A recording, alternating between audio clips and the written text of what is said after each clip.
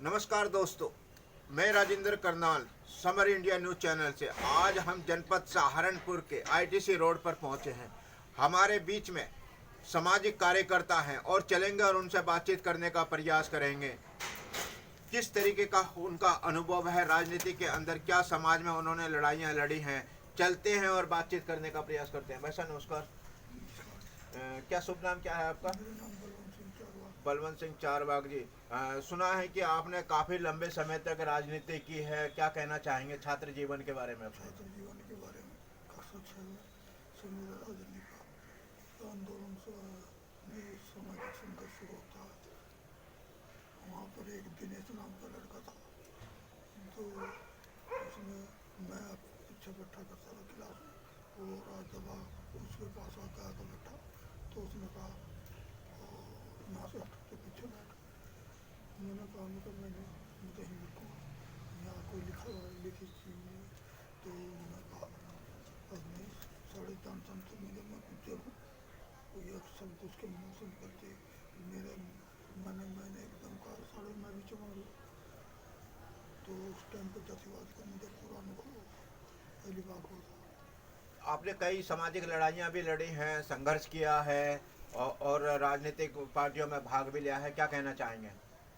आपने अपने जीवन में क्या अनुभव महसूस करते हैं जो इतने लंबे समय तक आपने राजनीति की है, क्या कहना चाहेंगे? ये जातिवादी समाज, इसमें विभिन्न जाति के लोग रहते हैं।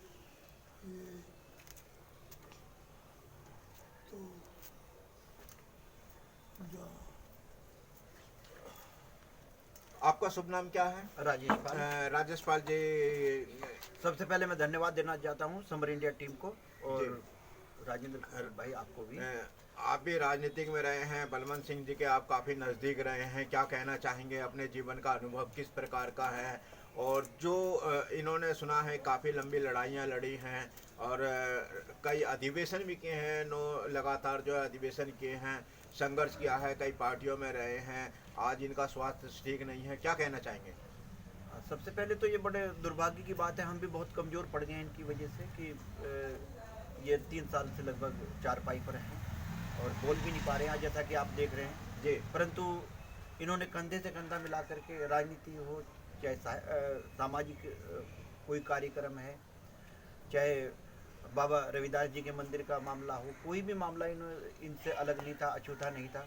जी। इन्होंने जो संघर्ष किया है विद्यालय की राजनीति से, ये एक वीर पुरुष भी थे जी। मतलब इन्होंने जो एक कभी भी कोई भी समझौता नहीं किया, कभी रिश्वत नहीं, ईमानदारी के साथ चले हैं इन्होंने लगभग अपने जीवन में।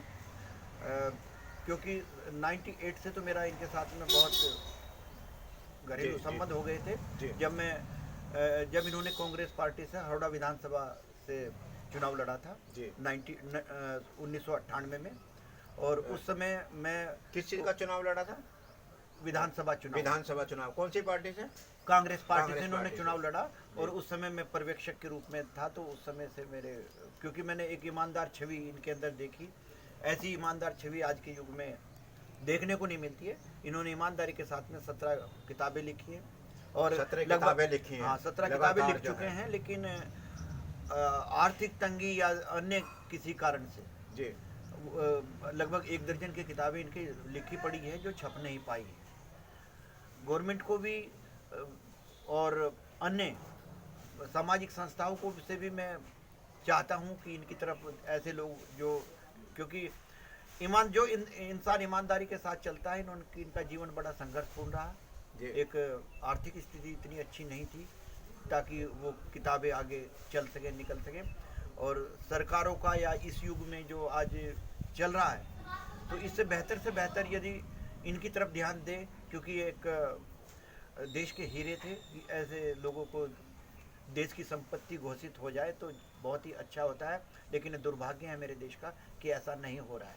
अच्छा, जिस तरीके की आप मानते हैं, जो बहुत सारे लोग सामाजिक होते हैं, जो समाज के लिए काम करते हैं, राष्ट्र के लिए काम करते हैं, जो निष्ठावान होते हैं, वो काफ़ी आर्थिक तंगी से, जो रचयिता होते हैं, जो लेखक होते हैं, वो काफ़ी आर्थिक पत्रकार होते हैं, तो आर्थिक तंगी से गुजरते हैं, तो सरकार उनकी तरफ ध्यान क्यों नहीं देती है? क्या ऐसे कारण है कि सरकार उनकी तरफ, जो जिस तरह के पत्रकार हैं, लेखक हैं, किताब के लेखन करने हैं, कभी हैं, वो काफ़ी आर्थिक तंगी से परेशान रहते हैं? क्या कारण है ऐसे? देखिए, क्योंकि किताब लिखना या लेखक बनना या पत्रकार बनना इतना आसान कार्य नहीं है। एक साइटेशन मन करना पड़ता है, क्योंकि जो लोग ईमानदार रहे, जैसे बलवंत सिंह चारवाक जी बिल्कुल ईमानदारी के साथ में इन्होंने अपना जीवन व्यतीत किया। कभी भी हमारे सामने आज तक इन्होंने, एक मैं इनका किस्सा बताता हूँ, इन्होंने पार्षद का चुनाव लड़ा और उसमें उस समय बड़ा लेन देन हुआ, लेकिन इन्होंने अपने समझो, सभी ने लाखों करोड़ों, उस समय लाखों रुपया लिया, लेकिन उन्होंने पैसे ठुकरा दिए थे, लेकिन अपने किसी भी ईमानदारी से कोई भी समझौता नहीं किया, क्योंकि वो एक शराब का ठेकेदार था। तो शराब के ठेकेदार को न बना करके इन्होंने पैसा उसका छुड़वा दिया था। और आप कह रहे हैं कि आर्थिक तंगी की बात, आर्थिक तंगी से इसी कारण से ऐसे लेखक या पत्रकार, क्योंकि इन्होंने LLB भी किया है, विपरीत परिस्थितियों में इन्होंने MA LLB है, पढ़े लिखे हैं और आज तक किताबें लिखते चले आए हैं। आर्थिक तंगी से गुजरने का यही है, यदि गवर्नमेंट इनको कोई सहयोग, आर्थिक मदद इनको करती तो ये हो सकता है ये स्थिति न आती है। और सभी पत्रकारों को या लेखकों को जो अपनी लेखनी से इस अगली पीढ़ी को, भावी पीढ़ी को, क्योंकि इनकी लेखनी पढ़ने के बाद में इनकी जो लेखनी रही है बड़ी सरल भाषा में, मृदु भाषा में, और उपन्यास भी इन्होंने लिखे हैं, उपन्यासकारी हास्य भाषा में भी इन्होंने बहुत कुछ लिखा है।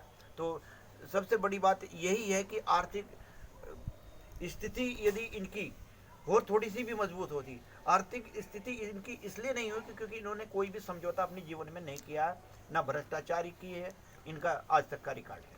क्या कोई पुरस्कार भी इनको सम्मानित किया गया है कभी? हाँ, पुरस्कार भी मिले हैं। इन्होंने दलित अकादमी के बहुत सारे प्रोग्राम किए हैं, लेकिन दलित साहित्य अकादमी के दलित साहित्य अकादमी के माध्यम से बहुत डॉक्टर सोनपाल से सोमनाथ जी, जो इसके राष्ट्रीय अध्यक्ष थे। जी, क्योंकि इनकी एक किताब बहुत फेमस हुई, अयोध्या किसकी, ये एक कोर्ट में भी पेश की गई जी। तो ये बहुत बड़ी बात है, अपने आप में बहुत बड़ी बात थी। लेकिन यही है कि सच्चाई के साथ ये लड़े, और सच्चाई ने जो आर्थिक कमर तोड़ी है, बस एक ही तरफ से ये वो रहे हैं। एक तो अब बीमारी में आकर के और लाचार, स्वास्थ्य खराब जो हुआ है, और दूसरे आर्थिक तंगी के कारण जो समय गुजरा है, क्योंकि इनके पास में 5 बच्चे हैं, 2 लड़के हैं, उनके भी खर्चे होते थे, और छोटे बच्चे थे, और कोई भी बच्चा इन्होंने ऐसा नहीं रखा कि जो अनपढ़ रह जाए। सब बच्चे पोस्ट ग्रेजुएट हैं, इनकी लड़कियां सब MA से कम कोई भी लड़की नहीं है, लड़के नहीं है। इन्होंने पढ़ाने में कोई कसर बाकी नहीं छोड़ी। कोई ऐसा विषय जो आपको आज तक याद रहा हो, जो इनके जीवन के बारे में कोई ऐसी कोई खास विशेष बात? इन्होंने जो बच्चों को पढ़ाया वो बहुत विपरीत परिस्थिति में पढ़ाया। उस समय जब लड़कियों को पढ़ाते थे तो इनके मन में एक ही चीज़ रहती थी कि चाहे मैं अपने आप बिक जाऊं, लेकिन लड़कियों की फीस जमा होनी चाहिए। तो ये इनके जीवन का सबसे बड़ा मैंने इनसे सबक लिया कि जब लड़कियों की फीस जमा हो, या ये सब कुछ इन्होंने ईमानदारी के साथ में और विपरीत परिस्थितियों में किया। समाज को कोई संदेश देना चाहेंगे आप? मैं समाज को यही संदेश देना चाहता हूँ कि सामाजिक मदद भी ऐसे लोगों की होनी चाहिए, और सरकार इन लोगों को राष्ट्र संपत्ति घोषित करे। तो मैं यही कहना चाहूँगा। देखिए, मैं राजेंद्र करनाल, हमारे बीच में बलवंत सिंह चारवाक जी थे, जिन्होंने कई साहित्य लिखे और लेखन भी लिखा। उसके साथ साथ जो है उन्होंने जीवन भर बहुत संघर्ष किया। हमारा यही कहना है कि ऐसे संघर्षशील व्यक्ति को हमेशा हमारा भी नमस्कार, प्रणाम, जय हिंद। ज़्यादा से ज़्यादा लाइक करें। शुक्रिया, धन्यवाद, जय हिंद।